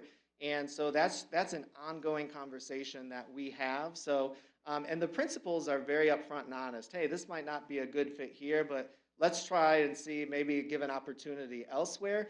Now, we don't want to, a candidate that's not performing at the levels that we expect, we're not going to be passing candidates from school to school that are not meeting expectations. I'm not saying that, but if that conversation does come up, we're certainly going to lend an ear to it and see, is there a place that might be better? But ultimately, I want the best. And if that person's not doing a good job in their classroom, then maybe they have to find their happiness elsewhere, and we'll work with that teacher. Thank you. Pam? Yes, I just want to say that I'm very excited about your teacher recruitment fairs. You've really put an effort into going to those and making sure that we're represented and we bring in a lot of the best candidates for those particular positions. So I really appreciate that, and I know that's a lot of work. I remember the days when I had to fill out my teacher intent to return form, and usually I got my first choice, which is really good. But then I remember working with Dr. Dudley in the building, because I was the association person, and we would staff the building, and that was a procedure just to do a building. Absolutely. So I can't imagine what it's like to do a whole school system. So I really appreciate the work that you two have put into all of this and keeping Carmel top. Thank you. Thank you. Well, thank you for the report. So I know you said that ESC and you and Dr. Dudley are basically to support and be a resource. So I just want to confirm that it's the principals who is the person that is responsible for staffing their building, with obviously input from the two of you. Absolutely. They're ultimately the people that are hiring and making the recommendations to us when we have open positions. However, in a year like this, that it is very complex and there's a lot of moving parts, this is a huge puzzle that Dr. Dudley and I are putting together this year, with sections going away, sections coming to different buildings. And so ultimately, we're making those decisions on any of the transfers with all of the feedback from the principals. But then we also have what I call free agents. And so because of our retirements or our resignations, then the principals are able to hire on their own for those positions. But I want to continue to be a resource, because I often get, especially when we're hitting July, the principals are calling me and they're saying, who do you have for me? So I need to be continually to have a pulse on who's out there, who's really, really good, so that I can share great candidates. But ultimately, they make that recommendation to me. Okay, and so like you said, so this year, obviously with 2 new schools, but they're not really new schools, and the whole redistricting, like you said, that's going to shake this up, where a teacher, a principal may have had 4 fourth grade classes, now they're going to have 6 or 3. Correct. And so they're going to need your help even more than in the past. And then we're not assuming that everybody at the old Carmel Elementary is going to the new Carmel Elementary, even though, because the size is going to change. Yeah, well, in that case, that will be the case. But if you took Orchard Park, we have quite a few teachers going from Orchard Park that will need to be placed throughout the district where we have our openings, because they have more teachers and programs than Clay Center is going to have. So that would be an example of what you're sharing. Yes. And with that, I'll just add that because we want to make sure that we are balancing staffing at every single building, we're looking at the experience. We're looking at all of those, the licensing. Dr. Dudley and I are examining all of those pieces when we're transferring teachers, whereas the principal is focused on their building. So we're looking at it from a district perspective. They get to focus on it from a building.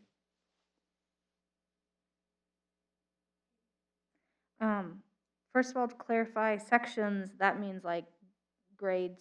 Yeah, like for example, 5 sections at kindergarten equals 5 classes Okay. during the kindergarten at that particular school. And then also, do you have a program for IAs who don't have a teacher license? Is there anything that they can work with the district on getting that? Is there any support system there? If, you know, they got a job as an IA and they're like, hey, I really love this, I'd like to be a teacher. Is there any opportunities that we look at there?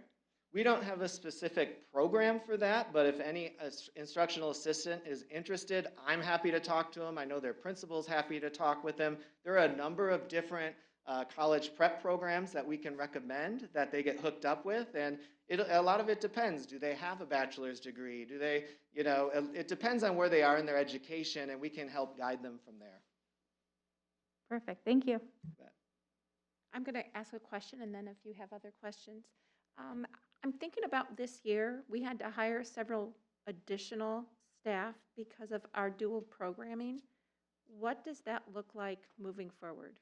Absolutely, great question. And so what we've been able to do with the known retirements at the elementary level specifically, with some resignations that we've already received, we are able to take those additional teachers that we hired and we are able to place them in open positions for next year.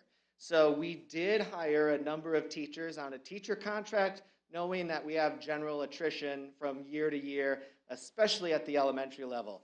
It's tough to do that with any of our secondary, because in the event that we would hire an extra math teacher for a leave and we didn't have a math opening that year, Roger is not going to be very happy and Dr. B is not going to be very happy if I have an extra teacher.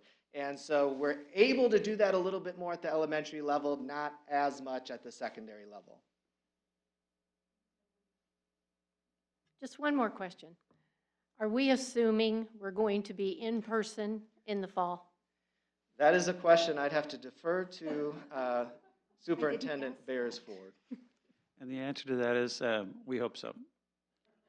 But of course, we will be ready to pivot as necessary. And, you know, we're still not out of the woods yet. And so we'll have to see. But, you know, if numbers trend down the way they're trending, and if and we don't have spikes and mutant, you know, viruses hit us, we certainly hope so. But on the same token, if it does, and, you know, the immunizations don't clear the way we hope they will, we have to be ready for anything. Sorry for the chronic uncertainty, but that's kind of where we're living these days. Any other questions as we move through? Fantastic. Thank you very much, Dr. Oestreich. Thank you. Before you get too far away from that, I want to just thank Dr. Oestreich and Dr. Dudley for their work. I told Dr. Oestreich this morning, it's like I gave him and Dr. Dudley, you know, not a 500-piece puzzle, not a 1,000-piece puzzle, but I gave them a 2,200-piece puzzle, because not only are they doing right now teachers, but then it'll roll over to non-certified staff and instructional assistants, and then from there it'll go to food service and transportation. So when he says 24/7, he's being straight up about that. And they've done a wonderful job. The other thing I'll let you know, that he's going after student teachers, and a really great, effective way to get a diverse staff is to have folks student teach with our superstars here in Carmel Clay Schools, and then hope they'll stay and pick them up that way. So there's a lot of really good things happening in human resources right now, and the work they're doing with this puzzle piece is it's just really, really complex. So I really appreciate your work. Okay. Thank you very much, Dr. Beresford. Next on the agenda, we have our monthly financial report, and to that we turn to Mr. McMichael. Thank you. This evening, as you know, we're now going to include our rainy day fund. So I'm going to start this evening talking about it first. And I want to start with 2020 because late in the year, we transferred $3 million into the rainy day fund from the operations fund. And then you can see here, at the end of 2020, we paid or spent just over $561,000. That's essentially the 12, I believe, teachers, additional teachers, and the 5 IAs that we hired. Really, that's part of that, big part of the reflection of the impact of COVID. So we start there, and then in this year, which is what this report's about, of course, is for the month of January. You can see for that same staff, we spent just over $68,000, and so that's been the activity on the rainy day fund. Unlike our other funds, you won't see consistent money going into this fund. It's typically going to be like it was in December. We'll make a transfer maybe once a year or something like that. And then depending on what, right now the fund is what I consider active because of the COVID situation. We really anticipate that when we get through all of that, we really are wanting to have this fund established with revenue in it, but primarily it will be revenue that will contribute to our overall cash balance as we look at our education fund and our operating referendum fund. So now I'll go to the 2021 education referendum, and now we're including rainy day fund. And again, we're primarily including the rainy day fund here. Ultimately, we'll be including it here because it will be a part of our cash balance. And so you can see here that we ended with those three funds combined, we ended with a cash balance of $5 million.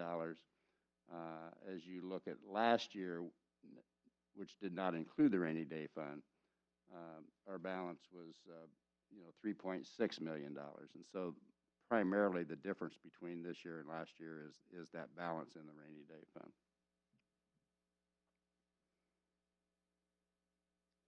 Then going to our operating fund, at the end of January for this year, our balance is just over $2.1 million.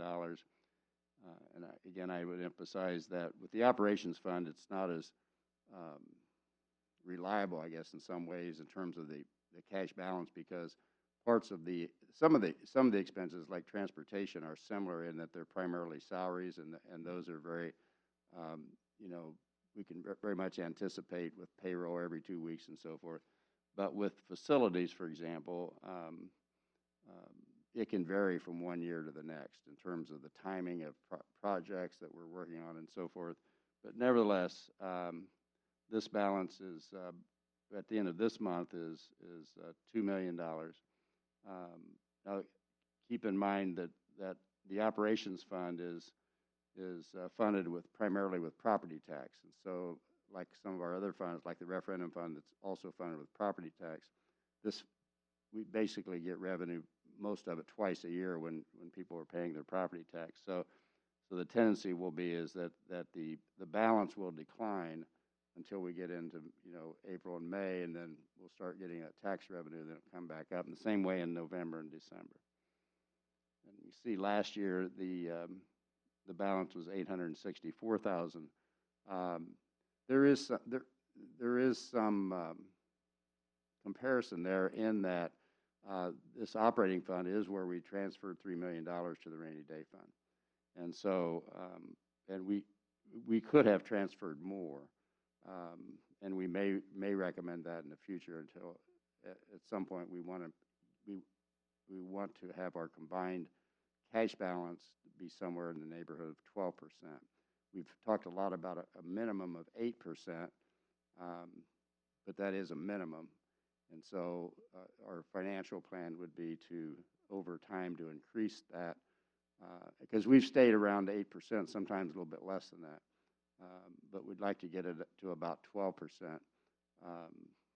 We think that's will be better for us, and it's also something that when we sell bond issues, Standard & Poor's would like to see a little higher balance as well. And so again, when we talk about cash balance, that's an accumulated amount of money, so it's not a recurring kind of situation.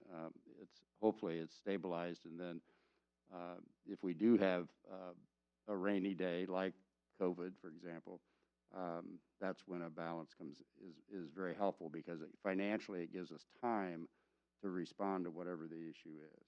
And so, like at home, if you have money in a savings account and you lose your job or whatever, you're in a lot better position to have some time to recover if you have some savings held back. And that really concludes my report, since we started with the rainy day fund. I'll respond to any questions that you might have. Thank you, Roger. I just want to begin with a big thank you. We appreciate you pivoting during this time and providing us really an outline of how the rainy day fund is being used, and then touching on specifically how those dollars have been spent. I open the floor up to other additional questions. Okay, well, you did a phenomenal job, because the board does not have any questions at this time, so thank you very much. Well, Pam, come on. Give me. I don't know. Too late. Yeah. Well, thank you. Thank you very much. Moving on, we have board member reports, and the first one we have is actually the legislative update.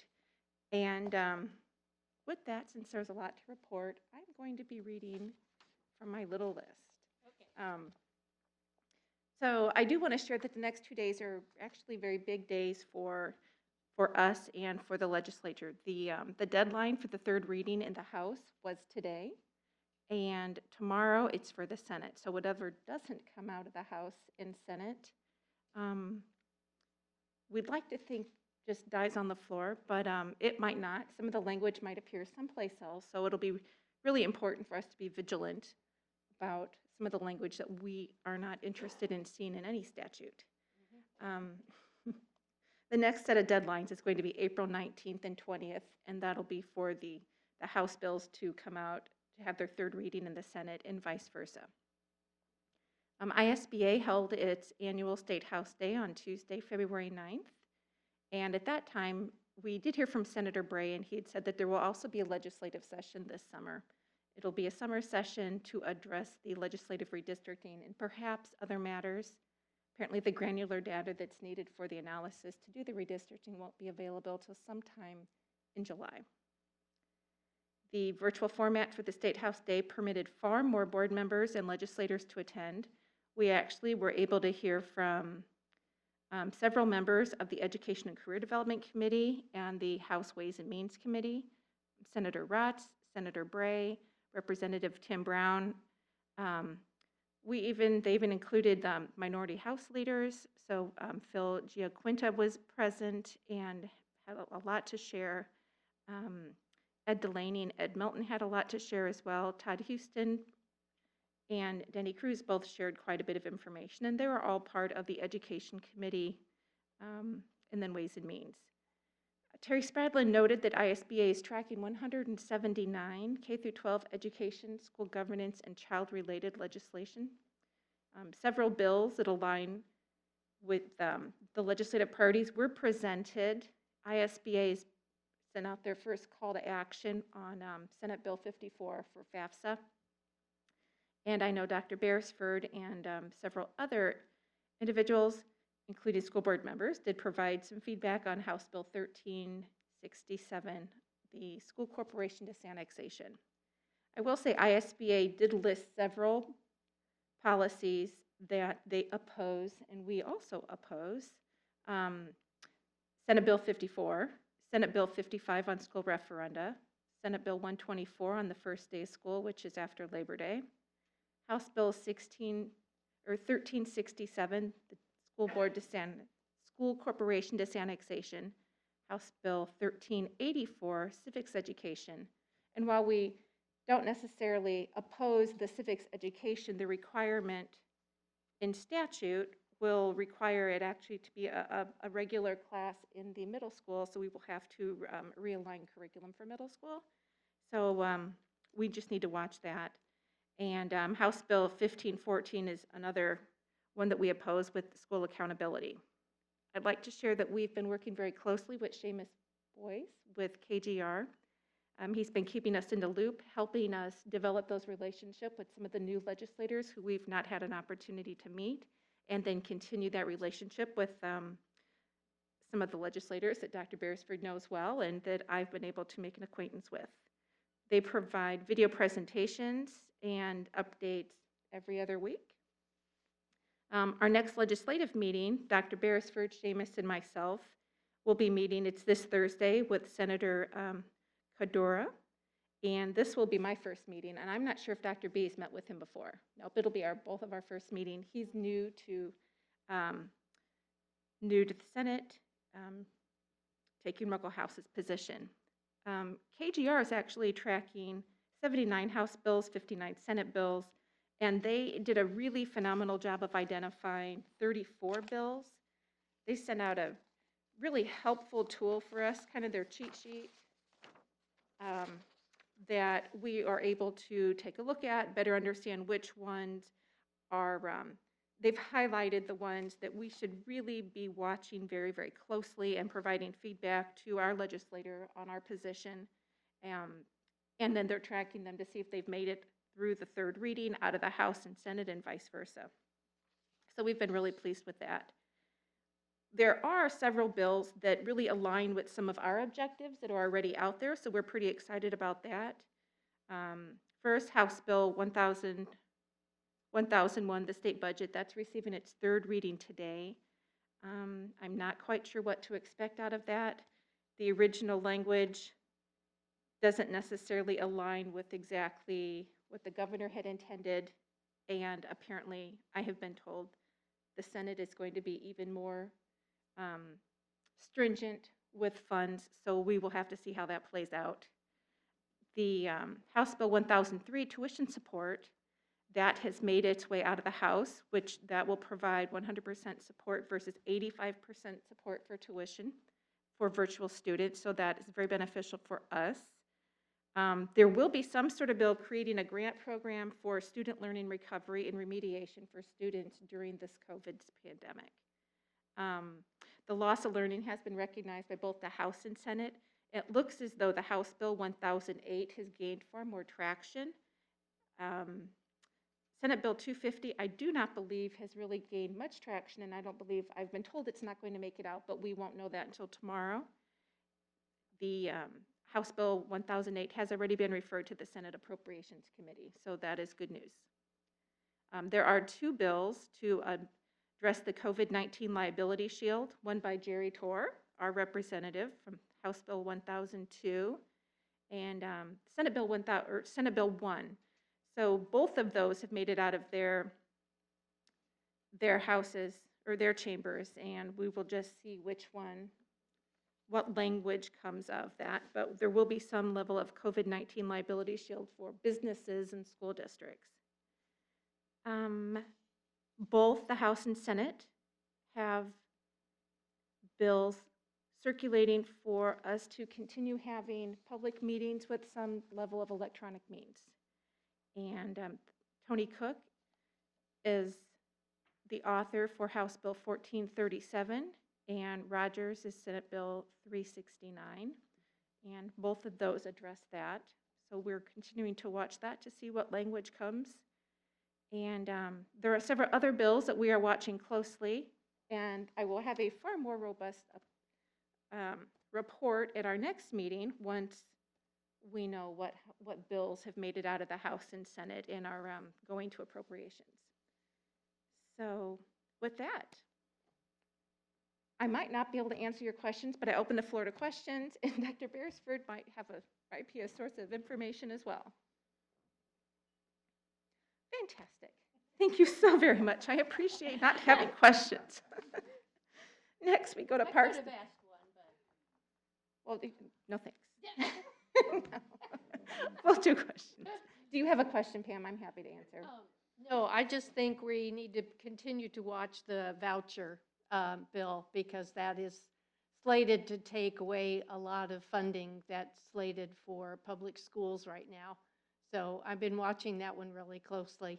I would agree, and there's some type of voucher language in several bills, so that is one of the reasons I didn't include that tonight, because I don't know what is coming out. I don't know that any of them have officially come out of their chambers. I think they're still working on language to send it on its way. So I should have more information at our next meeting. And if there's something that does arise in the meantime, I will certainly send that out should we need to have some call to action. Yes, I've already been calling to act. Thank you. Carmel Parks, and we go to Louise. Awesome. Thank you, Layla. So we continue renovation on several of our parks. However, Cary Grove Park is now open. So if you're ready to get out and get some activity now that we have this summer-like weather right now. That's at that's 14001 Cary Road, in case you're wondering. And then also, the American Academy for Parks and Recreation Administration did award our Carmel Clay Parks the National Gold Medal for Excellence in Parks and Recreation Management. It's like a huge deal. So we did win that gold medal award, and we're really excited about that. So just wanted to share that with everyone. I have a question. So, Okay, sure. and I don't know, it might have been somebody on our board. Somebody had shared with me that the township has been giving money to the Parks Department to support some of the, I don't know if this new development or purchasing of land or improvements. Do you have any insight on that? Yeah, so I do know we did receive an award, but I don't remember it being from the township. But I can check it out and let you know for the next one. Yeah? Okay, sure. Any other questions? Or do you know any answers? Okay, next on the agenda, we have Dr. Beresford with his superintendent's report. Oh, and it looks lengthy too. Oh, geez. All right. We're excited. I'm sensing a little bit of apprehension about my report here. But I want to start by thanking the Carmel High School Tech Hounds 868, who gifted me this super cool Tech Hounds mask. And they also gave me some other awesome swag. And due to the pandemic, the Tech Hounds competition has been changed really away from their typical competition to some innovative thinking and submission of future competition challenges. So they've asked the teams to come up with challenges, and so they'll get this, plethora of ideas from the actual teams, and then when this pandemic goes over and they get back to competing, they'll use some of their ideas in the next challenges that they'll go through. It's a robotics, if you don't know what Tech Hounds is, it's a robotics team. And to me, it's really a robotics corporation that is run inside the schools. And the other thing they did was they added community service to this year's projects. And this is right in line with our Tech Hounds values. And they provide robotics and STEM opportunities for younger children, especially focused on girls and engineering. And so just kudos to our Carmel High School Tech Hounds. It's a really neat group of kids. I wanted to throw some congratulations out to senior Robert Major, who finished as state runner-up in just a tremendous match at the state wrestling finals last Saturday. It was a really hard-fought, like 15-11, came right down to the end. I mean, it was amazing. I think he had over 40 wins this season, and what a way for a senior to go out. We had 3 other wrestlers that competed in the state finals, and wrestling is one of those sports where it's very difficult to get to that that top notch. And so I'm real proud of those guys. Also, congratulations to Greyhound alumni, Rajiv Ram, who won another Grand Slam title. So this Carmel alumni and his teammate Barbara Krejcikova won the mixed doubles title at the Australian Open. And then he also was the men's doubles runner-up with his teammate Joe Salisbury. So it's nice to see a former Greyhound making it big on the world scene there. Wanted to point out the Presidential Scholars candidates. Carmel High School had another amazing 18 students named candidates for the Presidential Scholars. Now, these applications are by invitation only. This isn't something you sign up for. You get invited to it. And the United States President's Scholars Program was established in 1964 to recognize and honor some of the nation's most distinguished graduating high school seniors. So each year, up to 161 students are named U.S. Presidential Scholars, one of the nation's highest honors for high school students. So in April, the Commission on Presidential Scholars will review all the applications of the semifinalists. So our 18 kids will go through that process, and then we'll see what happens. But these scholars represent excellence in education and the promise of greatness in young people, and we just want to wish them all our best as they. We want to wish them our best on their quest to reach the finals. So it's pretty impressive. Also, equally impressive, I'd like to welcome our newest mascot to Carmel Clay Schools family. That would be the Clay Center Comets. It was a hard-fought battle with the Aviators and the Phoenix because they made it to the finals. But the Comets shot across the sky to win and become the new mascot. So welcome to the Comets. Did you like that? Shoot across the sky. Thank you. That was not in Emily's first draft. I wanted to point out we had two teachers that were granted Lilly Endowment Teacher Creativity Fellowship grants. And this program enables educators to rejuvenate and renew their energy over the summer by providing these creative grants. And this year, middle school teacher Michelle Jansen's project was titled Bringing South Africa's Serenity to Clay. And she will travel to South Africa to learn and study topics like mindfulness, like from practicing yoga in the countryside of South Africa. Carmel High School teacher Sean Curtis received funding for his project, Teacher Renewal on the Mother Road. And he's going to hit the road with his family to search for a common bond in baseball and then the expanse of America's Route 66. So these are all great opportunities for educators to recharge, rejuvenate, and bring some new experiences back to their classrooms. So just a special thing that Lilly does for educators, and I think it's pretty special. I wanted to point out that congratulations to the following students who placed in their committees over the weekend at the UN Model UN Virtual Conference. So I reported last time on the Yale UN Conference, and this is a different one from that. But team members included Jacob Zhang, Anis Dasgupta, Jack Liu, Nathan O, and Kanan He. And the team is, excuse me, I'm sorry, I gave you the wrong names. That's for the next one up. That's for the Science Bowl. This was Summer Tulua, Raghav Siram, and Logan Tulua. Logan was actually on the team, on the Yale team too, as I think he got an honorable mention. So real proud of those kids. And then the Carmel High School Science Bowl teams placed first, second, and fourth at the Science Bowl Regional. So our first place team will advance to nationals. And then the team members on that was Jacob Zhang, Anish Dasgupta, Jack Lee, Nathan U, and Kanan He. And the team is coached by Jenny Kundra. So congratulations to our Science Bowls. Last time I reported that our elementary kids had went 1, 2, 3 in the Science Bowl in the state. So our science kids are really doing well. But the bell ringer has to go to the Carmel High School girls swim team. Because they won, go ahead.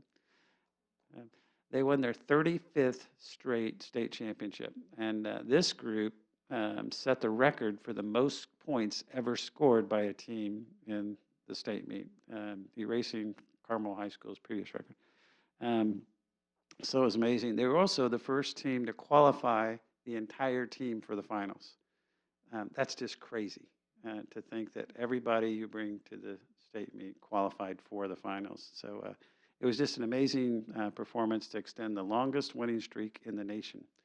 And this doesn't happen without a lot of dedication and just a whole lot of hard work. They are pushing a lot of water to get to that level. So well done to the Hounds. Number 35 is in the books. And I thought I might put this in perspective for you. So when they won their very first state championship of this streak, I was 26 years old in 1986. I just moved to Indianapolis. I was teaching on the west side, and I had a full head of hair. I mean, I had hair that had to be combed. And I could still run a mile under 5 minutes, pretty, well under 5 minutes. But I want you to know that those days are long gone for me. But the Hounds just keep going and going and going. So 35 years in a row. So that's pretty impressive. And that's my bell ringer, and that's my report. Thank you. Thank you, Dr. Beresford. Does anybody have any questions for Dr. B at this time? No. Go ahead, Pam. Just an added thought on the Carmel girls swimming. I just found out that a friend of mine, Alice Shooter, who used to be a counselor at Orchard Park, her daughter was on the first team that started this whole streak. So I thought that was pretty cool. Any other comments? Fantastic. I will make note that upcoming announcements, March 8th, we have a workshop. March 22nd, we have our regular business meeting. And believe it or not, spring break is 5 weeks away. Yeah. Yay. Which our spring break is typically the first full week in April. So that'll be starting on April the 2nd, which is a Friday, and go through the following week. And with that, I will take a motion to adjourn our meeting. So moved. Thank you. Second. Thank you, Pam. All in favor? Aye. Motion carries. Meeting adjourned. Thank you.